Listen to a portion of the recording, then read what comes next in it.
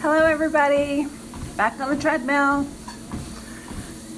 I slept pretty well last night, got my 6-hour chunk and then another 1-hour chunk, so not bad. It's, I wish there was a better way to track this, but it's very strange. I do seem to be at a place where I don't need as much sleep. I think it must be a monthly cycle of some sort, but I don't need as much sleep and I do fine. Like yesterday, I was working off of 5.5 hours of sleep and I got through the day fine. Now, granted, I do drink Diet Coke, which has caffeine, but as those of you who have actually looked at caffeine content, it doesn't have as much as coffee. I can't remember the deal. It's like 4 cans of Coke equals the caffeine in 1 cup of coffee, I think. I can't remember, but whatever the case, the other factor with caffeine, obviously, is that your body gets used to certain amounts, and so if you drink over the amount your body's used to, then it will kick in as the drug that it is. But I didn't drink more yesterday, so I'm not sure how I'm getting through days with so much less sleep. But I am, so yay for me. Anyway, I feel good body-wise. I'm always very grateful when I wake up and I don't have body aches. And, the difference between an ache and soreness. Soreness is your muscles hurt because you've asked them to do something that they're not used to doing, such as different exercises or different activities that involved muscle groups that you don't typically use. That's soreness. Aches, as many of you have probably experienced, are from the inside out. It's like what you feel when you have the flu, where there's nothing you can do to soothe the ache, and it's not based on any different activity that you've done. It's just that your muscles are in pain. And they're, over the last several years, whether through autoimmune disorders or through stress and the cortisol that would be released, or whatever was going, menopause, I'm not sure, but I've definitely had many days, and at times more days than not, that I would have excessive muscle aches that impacted my ability to live a normal life. And, normal life meaning focusing my thoughts or, not wanting to go to bed by noon in the middle of the day. I think that was more fatigue. So that was fatigue, wanting to go to bed, like for the evening, wanting to go, not take a nap, but like go to bed and stay in bed by noon, even though I had slept all night. But the muscle aches were more, I would just feel them throughout the day, and like by around 5, I would be wanting to lay down just because I couldn't. It hurt. It just hurt. That's all I can say. So, whole point being, I'm very grateful. These days, those days are seared into my mind because it was so frequent that it was happening, and they're seared into my mind as an experience that I can relate to so much that when I wake up without aches, I'm very aware of the fact that I have a lack of an ache, and I'm grateful for it. I know that some of you listening probably have experienced this and or are experiencing them right now, and I want you to know that you're not alone. And if you are in it right now, I also understand that people say, well, it will help if you move. Well, okay, that might be true. It does help to some extent, but in my experience, it didn't take away the ache completely. It really didn't. I don't know that it helped. I guess it maybe it's made worse if you don't move, but I didn't necessarily. I feel like it just sort of made it not get worse. So the motivation, I suppose, is there to do the movement because you don't want it to feel worse than it already feels, but it's very difficult to make yourself move when you're already in pain. And the movement isn't really going to resolve the pain. It's just going to make it not get worse. At least that was my experience. So it's hard to find the motivation. So if you are finding the motivation, I applaud you, and I'm glad for you, and I hope that you're able to find the root cause, whether going to the doctor or moving through the stressful circumstance in your life, because I do believe, well, I'm not sure what triggered it for me, but either straight up stress or autoimmune conditions caused by stress. So I hope that you're able to move beyond that circumstance in your life.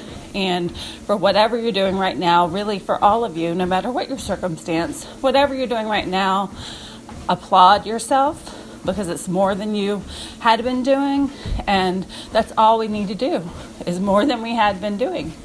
I read this article online one day that some people find insensitive, but I readily agree with it, which is this guy who had weighed, I don't remember the details, but he had weighed a lot. I mean, he weighed like 500 pounds. He weighed 400 pounds, something where he, was either almost or completely bedridden.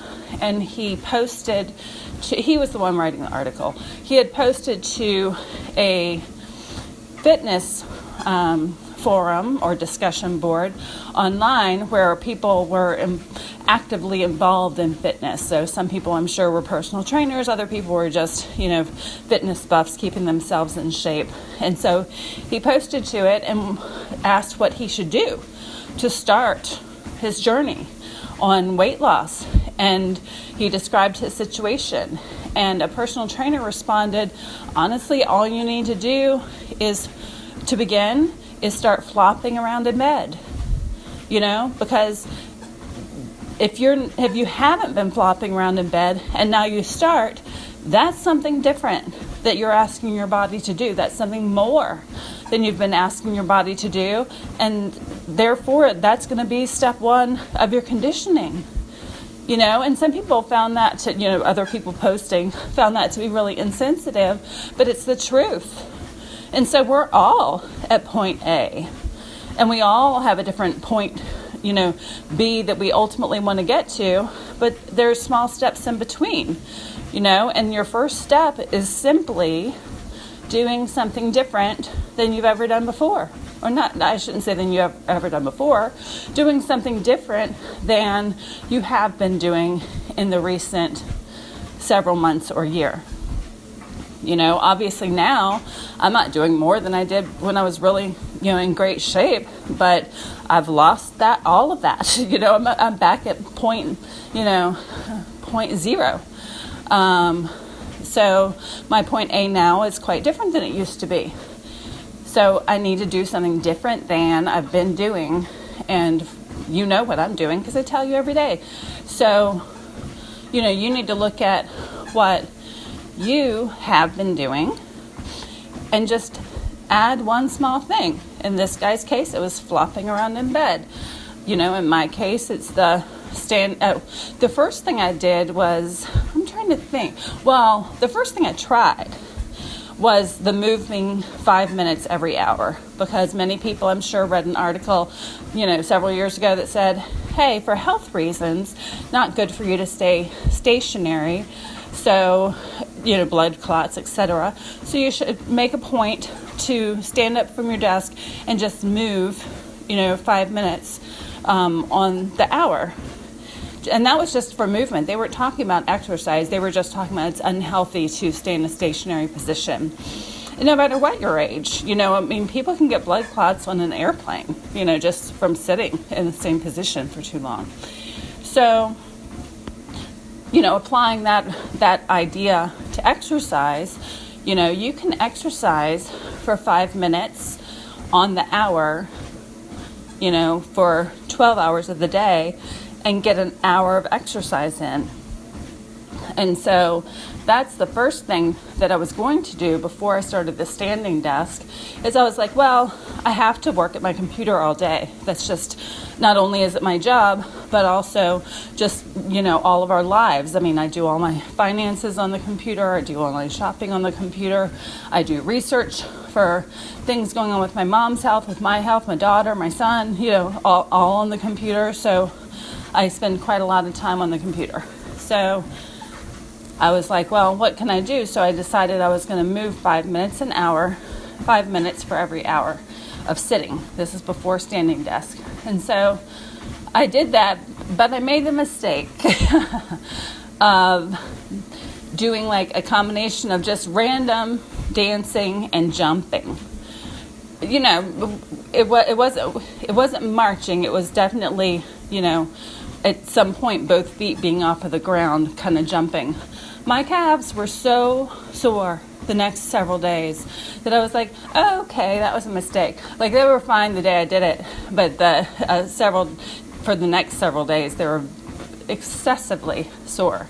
And so I was like, okay, well, I can't do that. You can't just jump back into something like that. And I don't even think I had done it for all 12 5-minute sessions. I think I'd only done it for like the jumping part for maybe 3 of them, so yeah. And I had on supportive shoes, I think. Maybe I didn't. Maybe that was part of the problem. But in any case, that one flew out the window. I might get back to that. I don't know. I sort of like to exercise in a chunk, so I'm not sure I'll get back to that one. But it is for some people, that is a really good method, is to have, just breaks during the day. It's really all based on how you live your normal day and whether, that's the best way to fit it in. It's really a personal choice as to whether, like me, you like a chunk of exercise, or if you like to just fit it in throughout your normal day, because you seriously could get in equal shape doing that. 5 minutes, let's say you do 5 minutes of cardio, even if you did it 6 times a day, you'll get in 30 minutes of cardio for that day, so some people like that. It doesn't feel like exercise to their mind as much, and so their mind doesn't resist it, and it's much easier to fit into their lifestyle. For me, it sort of breaks up what I'm working on.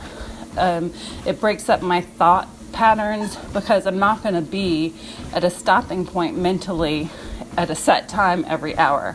So I'm not sure that would work out for me, but I do like it as a concept. So again, do what works, right? So the guy in the bed needs to start flopping around. Luckily, this was several years ago that I read this, so hopefully that guy has gotten into healthy condition and has stayed there and is proud of himself and doing well. So yesterday, I drank my water. It was water day 2, and I drank it all. And I mentioned a large container of Deer Park. Now, this is not sponsored, but that's the brand I'm having. Deer Park water. It's just a big, I thought it was a gallon. A gallon's 128 ounces. It's actually 101.5, I think, ounces. And so it's like, okay, well, if I'm drinking 24 ounces of water a day, that's my commitment. I can just drink a quarter of this a day. So I really don't need to measure it. If I was sharing this, obviously I wouldn't do this. And no, I don't open my refrigerator and open the milk or the orange juice and just start guzzling it. But since this is my water, then I was like, I'm just going to drink from this big water thing. I'm going to put it right next to my desk, or it is right next to my computer. It sounds like the most stupid thing you can do, putting a huge thing of water next to your computer. But I do drink it sort of in gulps. I'm not like sipping from it consistently. So I am putting the lid back on every time. So anyway, I do indeed have it sitting right next to my computer. And throughout the day, I'm just taking big gulps of it, And so I figure, instead of measuring water, this is 101 ounces. I need to drink 24 ounces a day. I'll just approximately, split this up and drink a quarter of this thing a day, and so I'm not really worried about measuring exact ounces, and I can hit my goal. And then after doing it that way yesterday, actually I decided that I don't know if I'll start immediately, but maybe within the next, week or so, I'm going to change to 36 ounces of water a day, because it was actually sort of easier doing it that way. This is 101 ounces, so I can just approximately drink a third of it a day. And that's going to give me my approximately 36 ounces of water a day. And that's going to work for me. And I had it I'm a person that drinks liquid all day. So I had it along with my Diet Coke was there. This is after I've gone through my iced coffee phase in the morning. Then I switched to Diet Coke and now water. And so I had my water thing there. I had my Diet Coke thing there. Sometimes I would take a slurp of Diet Coke and sometimes I would take a guzzle of water. And I hit my 24 ounces pretty easily. So that's why I say that I would probably up it up to 36 ounces pretty soon.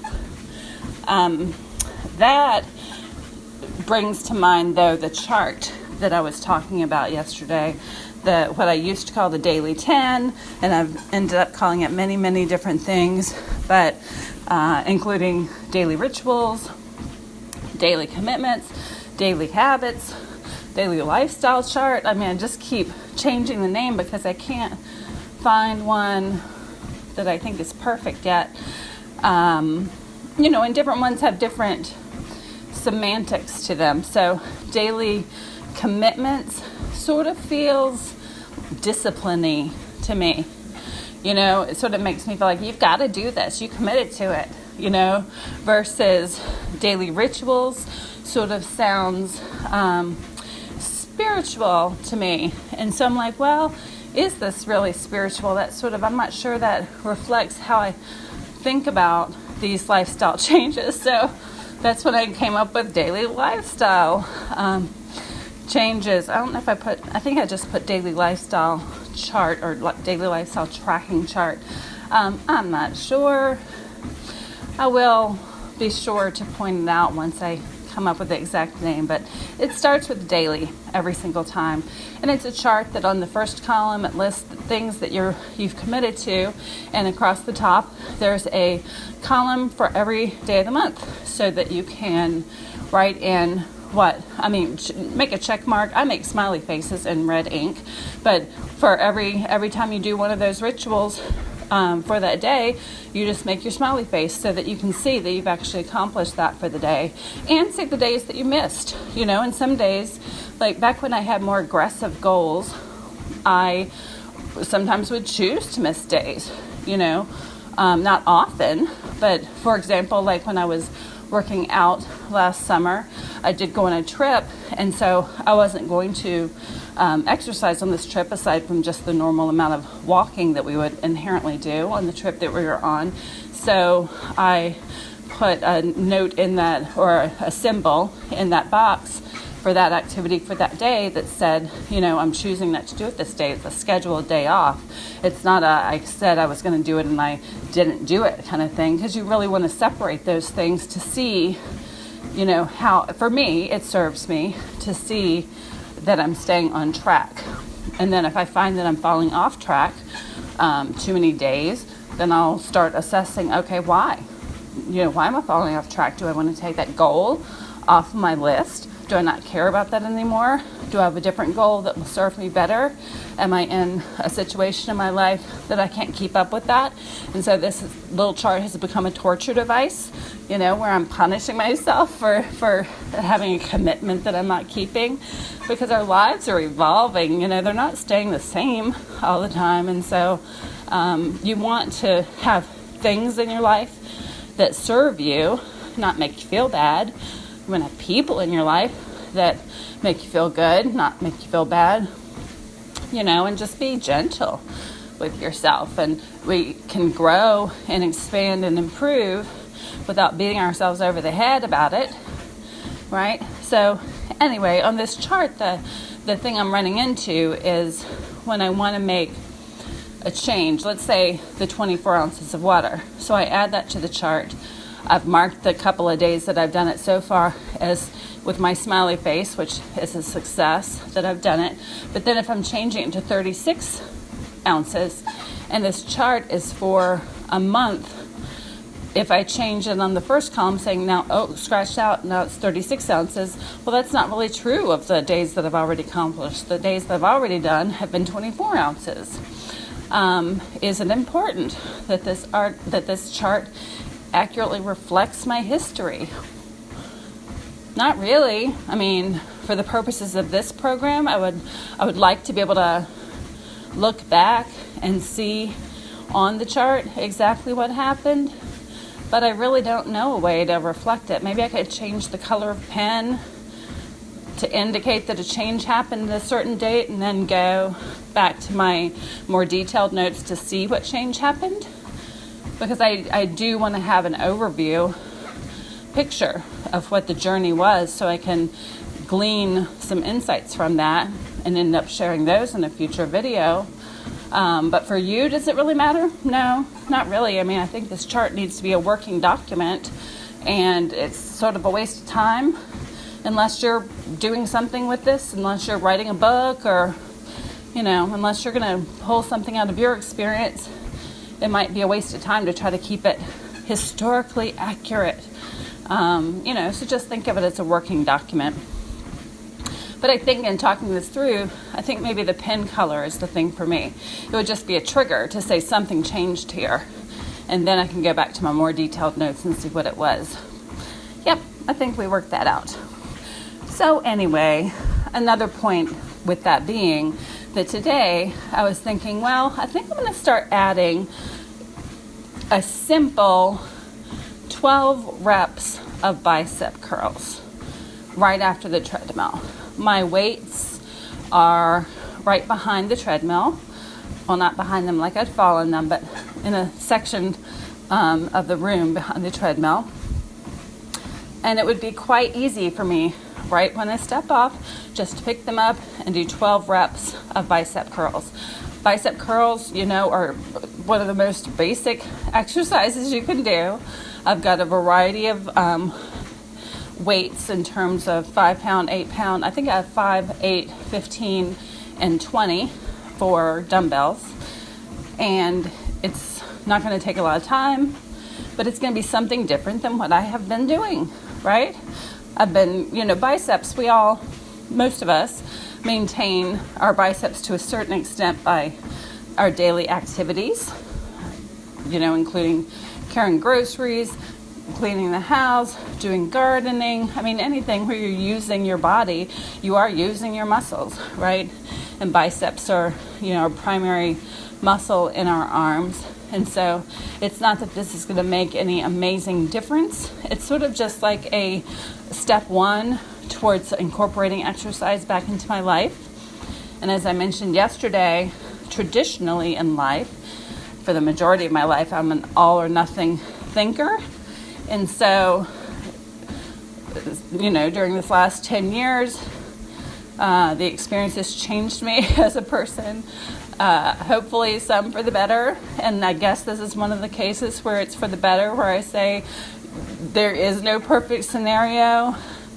Life is, chaotic sometimes, and I'm not through the difficult period at this point. So I just need to work with what I have, and what I have is the ability to add 12 bicep curls right after this. Not 3 sets of 12, a single set of 12 bicep curls with whatever weight I can do that with. And again, I apply the concept of rate of perceived exertion to lifting weights as well. I'm not going to choose the lowest weight and just, flip them through the air like they're nothing. I'm going to choose whatever meets my ability to lift at this point with the strength of my biceps as they are. And what that means is when you're choosing weights, you want to choose ones that by the time you get to the 8th rep or the 8th time you're lifting it, it's getting hard. Not too hard to keep going, but hard oh, I'm feeling that. by the 8th. If you get to the 8th rep and you're not feeling that it's getting hard, then you need to increase your weights. Not by a huge amount. Obviously, my weights, as I mentioned, are 5 pounds, 8 pounds, 15, and 20. So if I had the 5s and I'm just like breezing through them and feels like nothing, by the time I get to the 8th rep, that weight is too light for me. And so I'm going to start with, I don't know, man. I honestly don't know. I mean, my muscles have really, not only have they atrophied, but some part of whatever condition I have has weakened my muscles so that they're not reliable on a day-to-day basis. I shouldn't say reliable. I don't feel like I'm going to inadvertently drop something. I mean, I have felt that actually a couple of times, but I don't feel that on a regular basis. But I do feel like I'm no longer the person I used to be. Something is different with my body and muscle weakness that is not contingent or directly contingent on what my current shape is in terms of muscle development or muscle conditioning. Something else is a factor in there, and I don't know what it is. So all that to say that I don't even know what weight I'll start with today. I know it won't be 5s. I used to do 20s, and not when I was in super good shape, but just even in recent years, when I've gone back to the gym for a chunk of months, I've ended up doing 20. I know that won't happen today. So somehow I'm choosing between the 8s and the 15s. And I'm not sure which I'll choose. How I'll decide that, though, is by doing it. And as I've mentioned, I'll probably start with the 15s. And if I'm not able to if it starts getting hard, like you're thinking, wow, that's getting hard. If it starts getting hard before your 8th rep, then you've chosen too high of a weight. I would rather you step down in the amount and do more reps. So let's say that ideally somebody they wouldn't jump from an 8 to a 15, they would have 10s and 12s in between there.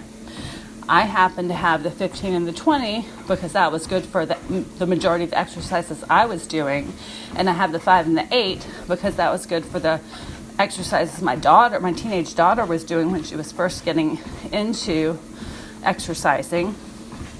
And so that's what I've got. Ideally, you would have, if you had 2 or 3 sets of dumbbells, they're going to be stair-stepping. So you would have 5, 8s, and 10s, 8s, 10s, and 12s, 10s, 12s, and 15s. You're just going to stair-step like that. You're not going to have this big jump. But anyway, so let's say that you started with a 10 pound, and you're lifting it. Well, let's say you started with an 8 pound, and you're lifting it, and you get to, now it's going to be confusing because of the numbers 8 and the reps and the weights. Let's start with 5s. So let's say you're lifting 5s, and you get to rep 8, and it's not hard yet. You need to use 8-pound weights. Let's say you start with 5s, and it's getting hard before you get to 8. And again, hard is like, wow, this is getting really hard. How many more do I have? That's sort of the question that you start asking yourself is at that hard point. How many more do I have? So if you were using 5-pound weights and you got to the hard part before 8 reps, you probably need to use 3s, to begin with. And I'd rather you step down to the 3s and go to 12 reps, and if you can keep going, go to 15 reps. I'd rather you get that going reliably until you reach the point where the 3s are not feeling hard by 8 reps. Then you can jump up to the 5s and only do up to 12 reps of those. You don't need to do 15 reps until you're getting to the point of a weight getting a little bit easier for you. So I'll probably explain that better. Yeah, I'll probably explain that better in another video. But that's it for today. I hope you have a great day, and I'll talk to you soon.